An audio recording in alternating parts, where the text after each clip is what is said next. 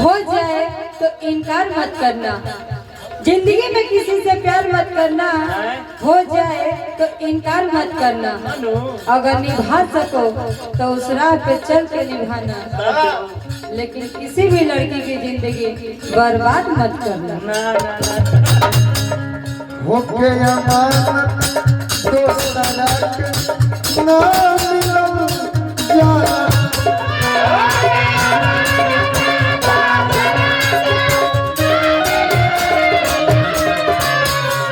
भावची अंदाज पर नसीबत छिरी कर जाना।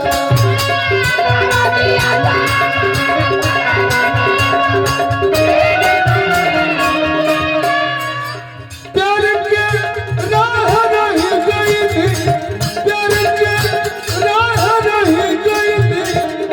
अब ठगाई के अब तो मतलब बाए डुबाई के अब मेरा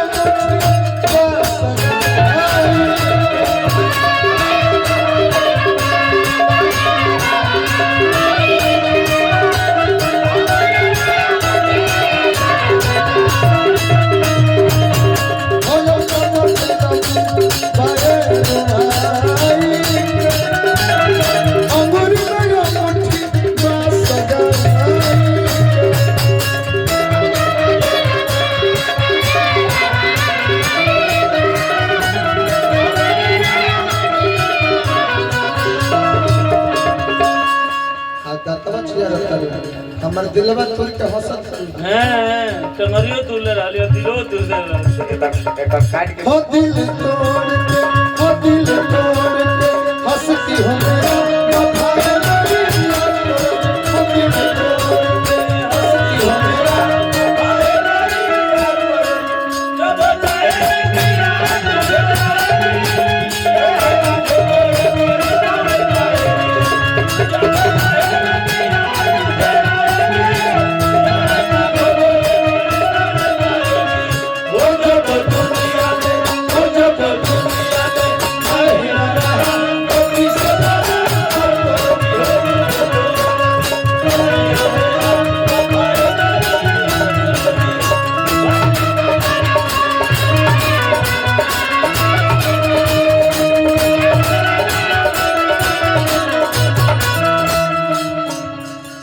जब को हाथ लगाओ टिंकू अभी टिंकू का 7 रुपया हमारा जरिबा ले सके को बाबूजी याद कर जा लगता है। अरे जा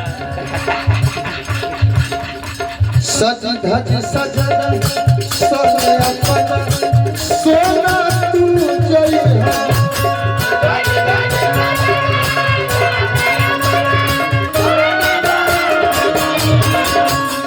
मिली है दोबारा ना देहाती खुश तू रहिहा।